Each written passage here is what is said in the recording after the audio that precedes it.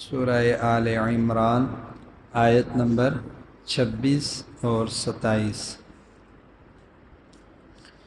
اعوذ باللہ من الشیطان الرجیم، بسم اللہ الرحمن الرحیم۔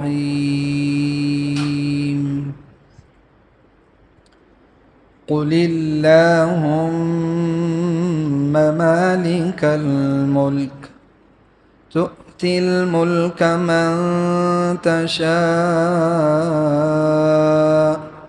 وتنزع الملك ممن تشاء وتعز من تشاء وتذل من تشاء بيدك الخير إنك على كل شيء قدير تولج الليل في النهار وتولج النهار في الليل وتخرج الحي من الميت وتخرج الميت من الحي وترزق من تشاء بغير حساب۔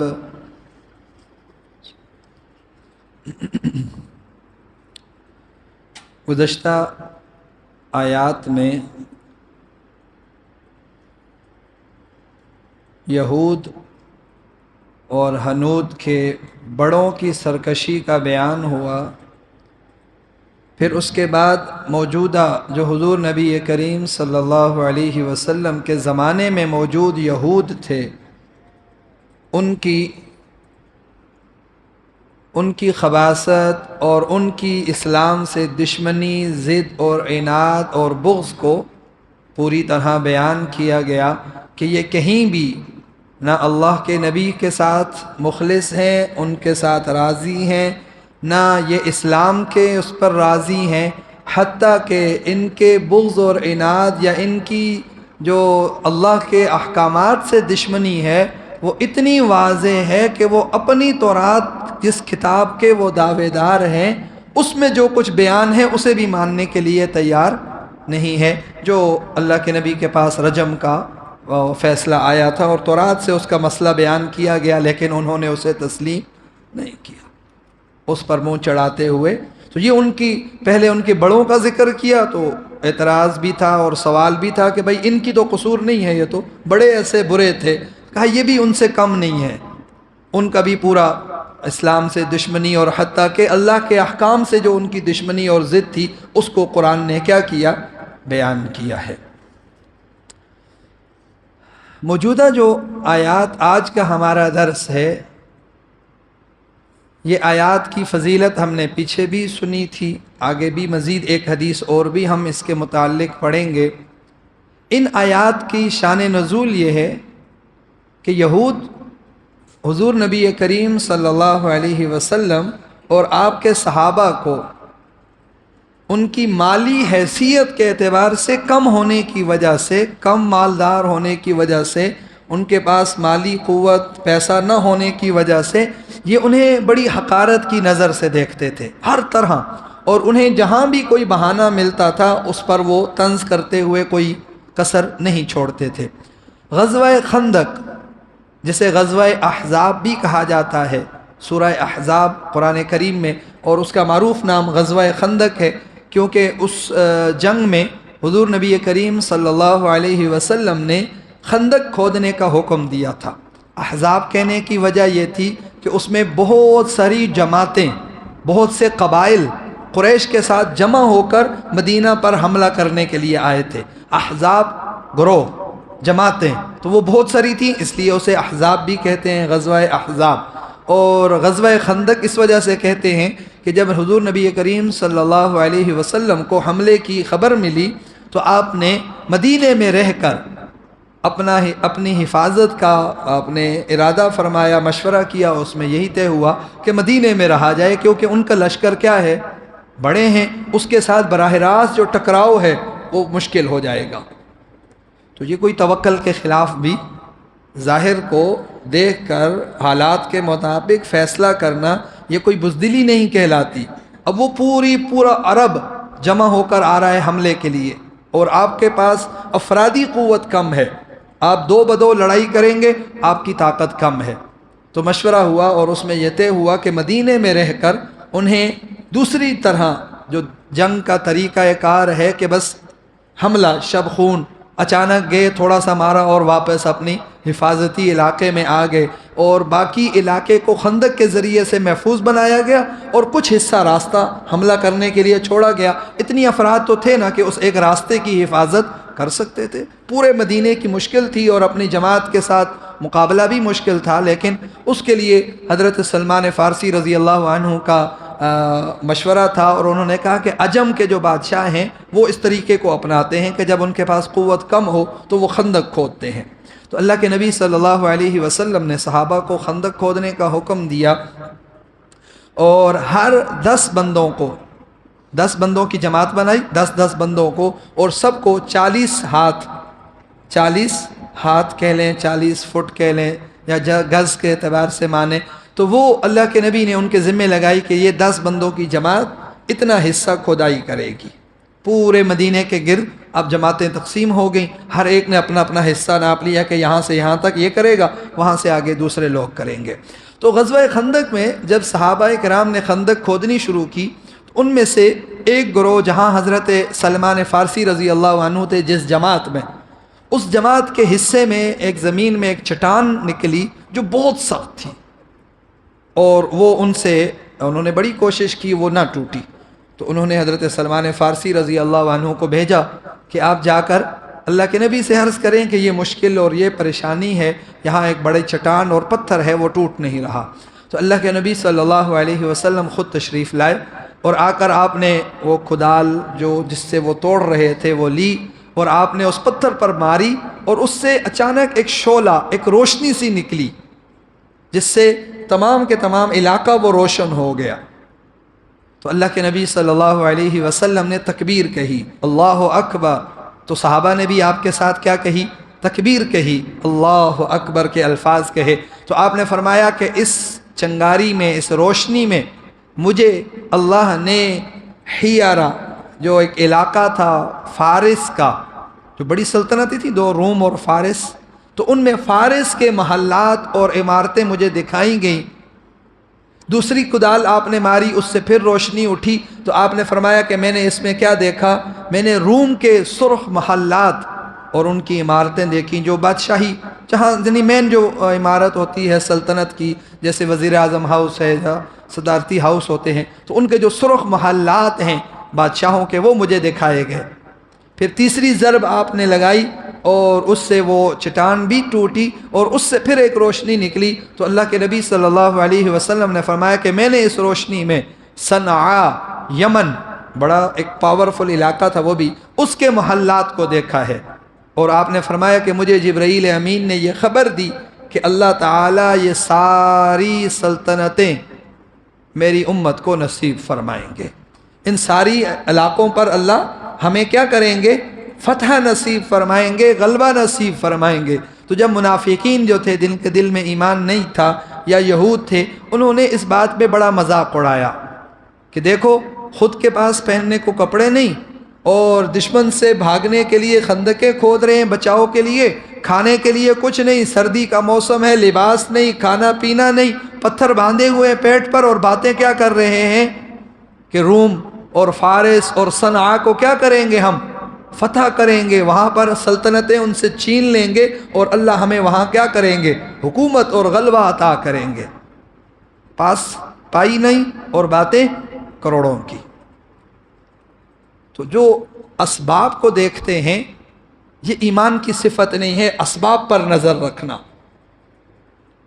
کس پر نظر رکھنا؟ اسباب پر نظر رکھنا، یہ مسلمانوں کی نہیں، منافقین کا اور یہود کا طریقہ تھا۔ وہ کہتے ہیں پاس کچھ ہے نہیں، خود بھاگتے پھر رہے ہیں، پیٹ پر پتھر باندھے ہوئے ہیں، کھانے کو کچھ نہیں، لباس نہیں، سردی سے ٹھٹر رہے ہیں، اور کیا کہہ رہے ہیں ہم روم اور فارس جیسی بڑی سلطنتوں کو زیر کریں گے اور ان کی اس پر محلات پر حکومت کریں گے اور غلبہ حاصل کریں گے۔ تو اس بات پر انہوں نے تمسخر اور مذاق اڑایا، اور جیسے ہمارے ہاں ہوتا ہے جملے کسے جاتے ہیں، اب بھی عموماً دیکھیں گے اگر کوئی آدمی نیک ہو جائے اور وہ غریب ہو تو یہ تو غریب ہی تھا، اس کا کام ہی کیا تھا، اس لیے یہ نماز بھی پڑھتا ہے، دین پر بھی چلتا ہے، جماعتوں کے ساتھ بھی چلتا ہے، مدارس میں بھی وقت دیتا ہے اللہ کے دین کو۔ اس کے ساتھ کیا کیا جاتا ہے؟ اس کی ظاہری حالت پہ اوپر نظر کر کے اسے تنقید کا نشانہ بنایا جاتا ہے۔ تو اللہ کے نبی صلی اللہ علیہ وسلم نے بشارت دی، پیشن گوئی کی، یہ آیات نازل ہوئیں کہ یہ جو بادشاہتوں کا معاملہ ہے، سلطنتیں ہیں، یہ کسی کی جاگیر نہیں ہے، یہ تو میرے رب کے ہاتھ کی چیزیں ہیں، جسے چاہے ان کو دے دے، ان سے چھین کر ان کو دے دے، ان کے پاس سے لے کر ان کو دے دے، یہ کسی کی چیز، یہ تو سب اللہ کا کمال ہے اور اللہ کی دین ہے، اللہ جسے چاہے جہاں چاہے جتنی چاہے دے دے۔ تو اس میں دو چیزیں ہیں، ایک تو پیشن گوئی ہے کہ اللہ دے گا، اللہ دے گا، اور حکومت وقوع بھی ہو چکا، اب تو اس کی کوئی ایسی بات بھی نہیں ہے، شک و شبے کی تو پہلے بھی گنجائش نہیں تھی، پھر اللہ نے صرف 6 سالوں کے اندر اندر، کتنے 6-7 سال کے اندر اندر اللہ نے سیدنا عمر بن الخطاب، عمر فاروق رضی اللہ تعالی عنہ، جو اللہ کے نبی کے دوسرے خلیفہ اور آپ کے جانشین بنے، ان کے ہاتھ سے اللہ نے روم اور فارس کی سلطنتوں کو کیا کیا؟ ریزہ ریزہ کر کے ان کے محلات کو اللہ کے نبی کے صحابہ، آپ کے غلاموں کے قدموں میں لا ڈالا۔ چند سال میں 6-7 سال کا عرصہ کیا ایسے گزرتا ہے، تو 6-7 سال میں سے صرف اللہ نے کیا کی؟ وہ ساری باتیں جو حضور کی آپ نے فرمائی تھی وہ سب کی سب کیا ہو گئی؟ سچ ہو گئی، اور اللہ نے اور حکومت لوگوں نے سب نے پھر اپنی آنکھوں سے دیکھ لیا۔ وہاں کے جتنی باندی ان کی جو شہزادیاں تھیں وہ باندی بن کر آئیں، باندیاں بن کر آئیں، اور ان میں سے ایک باندی وہ سیدنا حسین ابن علی رضی اللہ عنہ کی بعد میں باندی اور زوجہ بنی، ان سے آپ نے شادی کی۔ وہ کون تھی؟ وہ فارس کی شہزادی تھی، بادشاہ کی بیٹی تھی، اور وہاں باندی بن کر آئی، اور کیونکہ وہ کیا کہتے ہیں قدر کا اور ہر ایک کے مرتبے کا خیال کیا جاتا ہے، اگرچہ وہ باندی تھی لیکن بادشاہ کی بیٹی تھی، تو وہ کس کو دی گئی؟ حضور نبی کریم صلی اللہ علیہ وسلم کے نواسے کو، کہ بادشاہ کی بیٹی تو ہے، اگرچہ باندی ہے لیکن بیٹی تو بادشاہ کی تھی، تو وہ شہزادوں کے ہی لائق ہے۔ شہزادی کس کے لائق ہوتی ہے؟ شہزادوں ہی کے۔ اور حضرت عمر رضی اللہ عنہ نے وہ کس کو دی؟ سیدنا حسین ابن علی رضی اللہ تعالی عنہ کو۔ بہرحال وہ ہمارے اس میں نہیں ہے ابھی، بہرحال میں آپ کو صرف اس کی وہ بتانا چاہتا ہوں کہ وہ فارس کی باندیاں بنی، اور وہ شہزادوں کے نکاح میں آئیں، ان کی باندیاں بنی، اور حضرت عمر رضی اللہ عنہ نے وہ سب اموال تقسیم کیے۔ تو اللہ نے اس میں 2 چیزیں بتائیں، ایک تو بادشاہی کا پیشن گوئی تھی کہ ملے گی، اللہ کیا کریں گے؟ یہ سارے علاقے دیں گے۔ دوسری اس آیت میں ایک دعا سکھائی گئی ہے۔ کیا سکھائی گئی ہے؟ دعا سکھائی گئی ہے کہ مسلمانوں کے پاس سلطنت کا ہونا ضروری ہے۔ تم اللہ سے مانگو کہ اللہ ہمیں اقتدار دے، اللہ ہمیں سلطنت دے۔ اب دیکھیں کیسے دے، میں اس کے بھی بتاتا ہوں، پہلے ترجمے پہ دیکھیں۔ قل اللہم، قل اے نبی آپ کہیے، کیوں کہیے؟ اللہم دعا ہے، مناجات کے طرز پر۔ کس پر؟ مناجات، دعا مانگا گیا، کس کو؟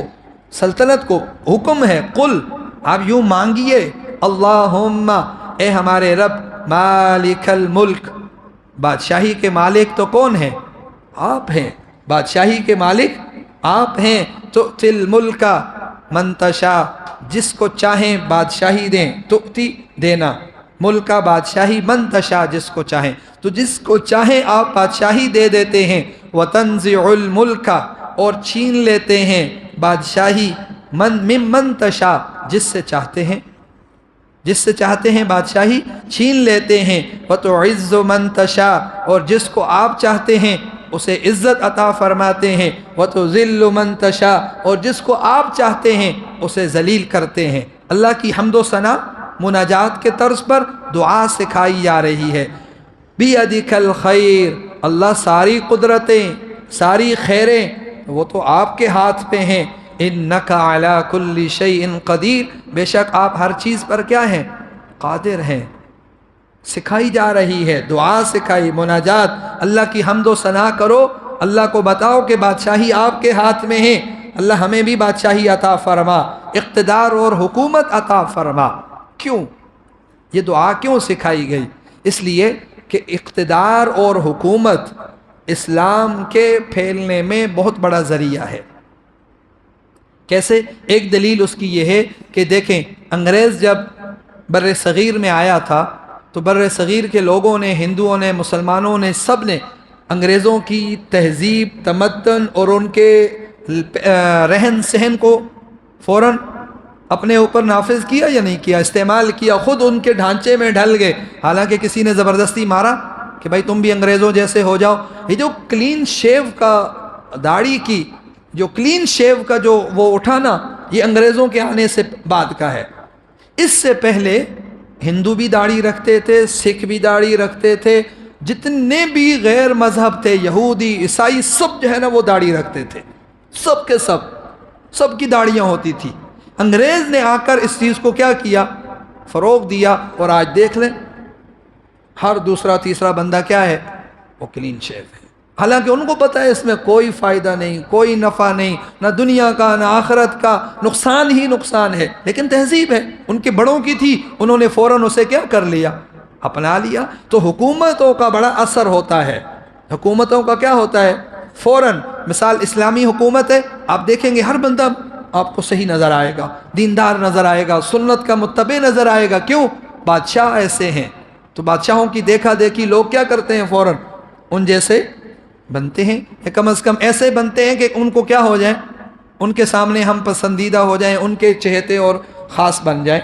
تو جیسے بادشاہ ہوگا رعایا میں ویسا ہی طرز و تمدن، ایسا ہی رہن سہن کیا ہو جائے گا؟ خود بخود آ جائے گا۔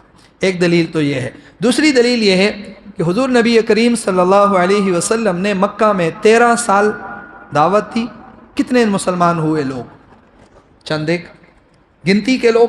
پھر آپ مدینے آئے، مدینہ میں آ کر یہود کی تھوڑی سی پٹائی کی، تھوڑے سے طاقتور ہوئے، علاقے کی حکومت آئی کسی درجے میں، تو پھر اس کے بعد کتنے لوگ فوراً کیا ہو رہے تھے؟ مسلمان ہو رہے تھے۔ اور تیسری اس کی بڑی مثال جب فتح مکہ ہوا، حضور نبی کریم صلی اللہ علیہ وسلم نے پورے حجاز پر حکومت بنائی، تو اس کے بعد کیا ہو رہے تھے؟ اذا جاء نصر اللہ والفتح ورأیت الناس يدخلون فی دین اللہ افواجا۔ جب حجاز کے اوپر حکومت قائم ہوئی تو کیا ہو رہے تھے؟ اللہ نے خود کہا کہ آپ دیکھیں گے لوگ دین میں داخل ہوں گے فوج در فوج۔ آپ کے پاس اب حکومت ہے، اقتدار ہے۔ آج کے وقت میں بھی اگر ہم یہ چاہتے ہیں کہ ہمارے علاقے کے لوگ، ہمارے رہن سہن ہمارے دینی ہو جائیں، تو ہمیں اقتدار اور حکومت میں دینداروں کو ترجیح دینی ہوگی۔ اب ہم میں سے ہر شخص کہتا ہے کہ علماء نے کیا کیا ہے؟ بھئی آپ نے کیا کیا ہے؟ 170 بندہ پورے ملک میں سے قومی اسمبلی میں 170 علماء ہم نہیں پہنچا سکے۔ 170 علماء پورے ملک میں سے، چاروں صوبوں میں کتنے اضلاع ہیں، کتنے حلقے ہیں، ان میں سے 170 بندہ ہم دیندار حکومت میں، قومی اسمبلی میں نہیں دے سکے۔ اور ہم بات اور دعوے یہ کرتے ہیں کہ علماء کرتے کیا ہیں ممبروں پر؟ کیا کریں آپ بتائیں؟ ممبر پر بیٹھ کے وہ کہتے ہیں ان کا کام ہے، یہ کیا ہے؟ ان کی ذمہ داری ہے، ان کی ڈیوٹی ہے، ان کو تنخواہ ملتی ہے، اس کا کوئی اثر۔ لیکن اگر وہی روش ایسی بدل لے کہ وہ علماء دیندار طبقہ حکومت میں آئے، اس کا اثر خود بخود آئے گا۔ آپ کے بچے خود بخود سدھرنے لگ جائیں گے، آپ کے جوان خود بخود سدھرنے لگیں گے۔ کیوں؟ انہیں جب معلوم ہوگا کہ حکومت اور اقتدار اس طرف سے بھی آ سکتا ہے۔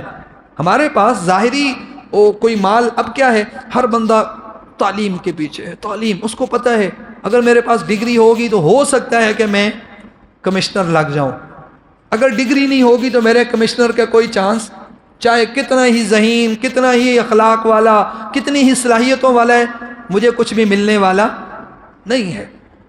اسے پتہ ہے اب سب دوڑ رہے ہیں, سارے دوڑ رہے ہیں. صبح آپ دیکھیں وہ عورتیں سروں پر ننگیاں, پاؤں ننگی, ان کے پاس کوئی جوتے بھی نہیں مل رہے, بچے کو سکول پہنچانا ہے. اور اگر اسے کہا جائے کہ قرآن کے لیے یہاں سے ایک گلی چھوڑ کر پار جانا ہے, کیا کہتے ہیں؟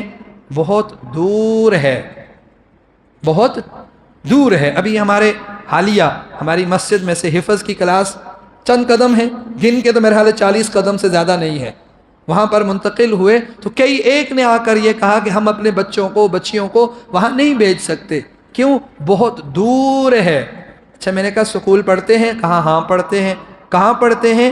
اس نے کہا ایک بہن جو ہے ایک وہ کشمیر روڈ پر پڑھتی ہے, ایک یہاں پڑھتی ہے, اور دوسری بہن وہ ٹیکسلا پڑھنے جاتی ہے UET میں. اور بچی وہ لڑکی وہ بچیاں انہیں کہا کہ مدرسے جانا ہے, وہ کیا کہتے ہیں؟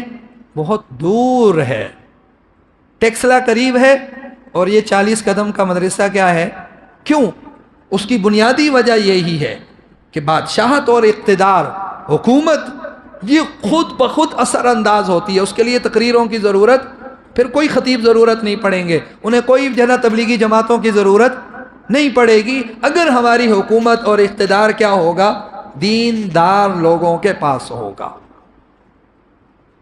اور ہم اس کو سمجھتے ہیں کہ یہ تو سیاست ہے, اور مسجد میں سیاست کی بات تو ہونی ہی نہیں چاہیے. ہم کیا کریں؟ قرآن کرتا ہے, مجبوری ہے. وہ کہہ رہا ہے اقتدار مانگو, مانگو اللہ سے, اللہ سے بھی مانگو. تو اب پتہ ہے دنیا دارالاسباب ہے, ظاہری بات ہے اسباب بھی اختیار کرنے کا حکم ساتھ ہی ہے کہ دنیا میں طاقت اللہ سے مانگو, اسباب خود اختیار کرو. رزق اللہ سے مانگو, کوشش کون کرے گا؟ آپ کرو گے. اولاد اللہ سے مانگو, محنت آپ کرو, شادی کرو, نکاح کرو, اور اس کے لیے محنت کوشش کرو. اولاد کے لیے اچھا فیوچر مانگو, لیکن محنت کون کرے گا؟ ان کو راستے پہ کون ڈالے گا؟ آپ ڈالیں گے. تو یہ تو دنیا ہے. تو اللہ کہہ رہے ہیں کہ بادشاہت مانگو. تو ظاہری بات ہے دنیا میں صرف مانگنے سے بھی نہیں, بلکہ اسباب اختیار کرو. وہ فرض لازمی چیز ہے, وہ خود بخود اس کے ساتھ اٹیچ ہو جاتی ہے. اب بتائیں کہ ووٹ مانگنا یا سیاست کے اعتبار سے یا حکومت کے اس میں دینداروں کو آگے بھیجنے کے لیے کہیں مسجد میں بات کرنا, کیا یہ غیر مذہبی چیز ہے؟ کیا یہ قرآن سے باہر کی چیز ہے؟ نہیں ہے, قرآن کی چیز ہے. اور قرآن مجبوری ہے. آپ قرآن مسجد میں نہیں بیان کریں گے تو کیا کریں گے؟ الف لیلہ کے کس سے بیان کریں گے؟ تو یہ اقتدار اور حکومت آپ کی بہت بڑی واعظ ہے, نصیحت ہے, ہزاروں لوگوں کے ہدایت پر اور راستے پر آنے کا ذریعہ ہے. تو آج سے یہ عزم کریں کہ ہم اور ہمارے خاندان کا ہر ایک ووٹ وہ کسی دیندار کے لیے ہوگا, چاہے وہ عالم نہ بھی ہو. اگر آپ کو اس پر اعتبار ہے کہ وہ خدا خوفی رکھتا ہے, وہ معاملات میں گڑبڑ نہیں کرے گا, وہ اللہ سے ڈرتا ہے, وہ علم والا ہے, آپ اسے دیندار ہو, اس کو سپورٹ کریں. وہ آگے جائے یا نہ جائے, کم از کم آپ کی پکڑ نہیں ہوگی. کریں گے نا انشاءاللہ. تو یہی بات اللہ نے سکھائی دعا کے طور پر, مناجات کے طور پر, کہ اصل بادشاہی کس کے ہاتھ میں ہے. تو اور یہ اسی آیت میں وہ جو پیچھے ہم نے پڑھا تھا نا, نصارہ کے وفد میں جو سب سے بڑا تھا, اور اس نے بھائی کو کیا کہا تھا کہ اگر میں مسلمان ہو گیا تو وہ مجھے بادشاہوں سے جو نذرانے ملتے ہیں وہ کیا ہو جائیں گے؟ ان کے ہاں جو میرا عہدہ ہے, میں جب جاتا ہوں وہ مجھے اپنے ساتھ کرسیوں پر بٹھاتے ہیں, بڑی نشست دیتے ہیں, وہ سب کیا ہو جائیں گی. تو اس کو بھی یہ نصیحت ہے, ہر ایک شخص اپنے دل اور دماغ میں بٹھا لے بادشاہت کسی کی اس کی نہیں ہے. آج اگر ان کے پاس ہے, کل اللہ ان سے چھین کر کیا کرے گا؟ مسلمانوں کو دے گا. پیشن گوئی ہے, اور اللہ نے دی, ایسی دی کہ پھر اس کے آج تک وہ رو رہے ہیں. ایسی دی ہے کہ آج بھی روم اور فارس کی اولادیں اور ان کی نسلیں کیا ہو رہی ہیں؟ پیٹ رہی ہیں, رو رہی ہیں کہ عمر نے بڑا ظلم کیا. عمر نے کیا کیا؟ ہماری حکومتیں سلطنتوں کا ستیہ ناش کیا. آج بھی وہ اس نام سے بھی ڈرتے ہیں اور اس نام کا آج تک واویلا کرتے ہیں. اتنی سخت مار پڑی اور ایسی ان سے حکومت اقتدار لیا کہ 1400 سال تک وہ بھول نہیں پا رہے اس کو. تو یہ اللہ ہی کی طرف سے حکم بھی تھا, پیشن گوئی تھی حضور کی, اللہ نے وہ پوری کی ہے. ٹھیک ہوگی. تو صاف ہے, آیت بھی صاف ظاہر ہے کہ بادشاہی اللہ کا اختیار ہے, جسے چاہے دے. آپ اللہ سے مانگو, اسباب اختیار کرو, اللہ تمہیں کیا کرے گا؟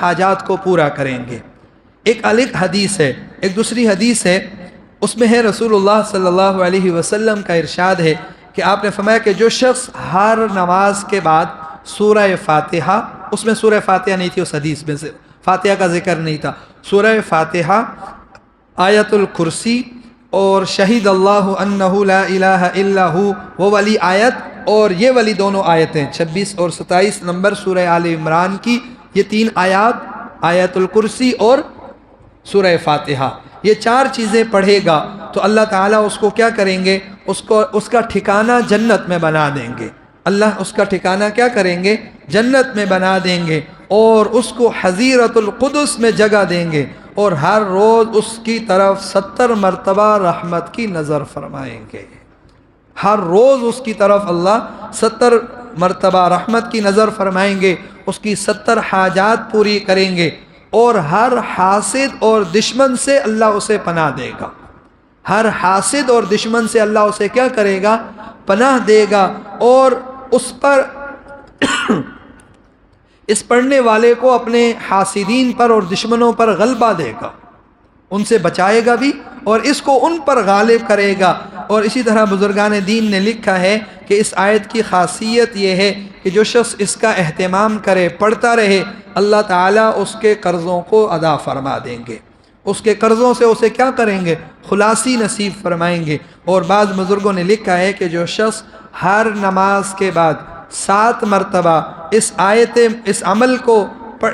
کو پڑھے گا تو اس عمل کو ادائیگی قرض کے لیے مجرب عمل لکھا ہے، اس کو عمل کو کیا کر لے، ہر نماز کے بعد 7 مرتبہ یہی پورا عمل، سورہ فاتحہ، آیت الکرسی، شہید اللہ والی آیت اور یہ دونوں آیات، اس کو ہر نماز کے بعد 7 مرتبہ پڑھے تو قرض سے خلاصی کے لیے اس نیت سے پڑھے تو اللہ اس کا قرض کیا کر دیں گے، ادا فرما دیں گے، اس کے لیے ادائیگی کی صورت اللہ تعالیٰ پیدا فرما دیں گے۔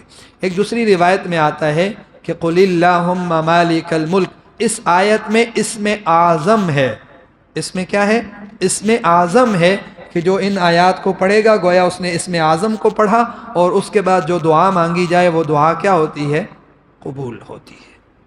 تو اللہ تعالیٰ ہمیں بھی ان آیات کی یاد کرنے کی اور پھر ان کو اپنا معمول بنانے کی توفیق نصیب فرمائے، اور اللہ تعالیٰ ہمیں بھی اسلامی اقتدار، اسلام والوں کیا، اسلام پسندوں کے اقتدار کا ذریعہ بنائے، اور ہمیں اللہ دیندار بنا کر اپنی حکومت اور اقتدار ملک جو اللہ کے قبضے اور کنٹرول میں ہے اللہ وہ نصیب فرمائے۔ اور اس میں ایک بات یاد رکھیں، اقتدار مانگنا بھی ہے، مل جائے تو لینا بھی ہے، لیکن اس میں نیت کیا ہو، خالص ہم اسلام کو زندہ کریں گے، اللہ کے احکام کو نافذ کریں گے، شریعت کو نافذ اور پابند کریں گے۔ اگر اس کے علاوہ کوئی اور نیت ہے تو پھر اقتدار اور بادشاہت کا ملنا خیر کا وجہ نہیں۔ باقی آپ سب جانتے ہیں جو خراب نیتیں ہیں، لوگوں پر روب ڈالنا، لوگوں پر جو ہے نا، یا عہدے کی منصب کی محبت دل میں ہو اس وجہ سے لے رہا ہے، تو پھر یہ کوئی چیز اچھی صرف اس وقت جب یہ اسلام کے لیے ہو، اللہ کے لیے ہو، خالص اللہ کے دین کے لیے ہو، شریعت کے لیے ہو، پھر یہ ٹھیک ہے۔ اس کے علاوہ جتنی نیتیں ہیں سب کیا ہیں، فاسد ہیں، پھر اقتدار کا لینا کوئی خیر کا ذریعہ نہیں ہے بلکہ الٹا شر کا ذریعہ بن جاتا ہے۔ اللہ تعالی ہم سب کی شر سے حفاظت فرمائے، اللہ ہم سب کو کامل درجے میں خیر نصیب فرمائے، وہ کسی بھی شکل اور صورت میں ہو۔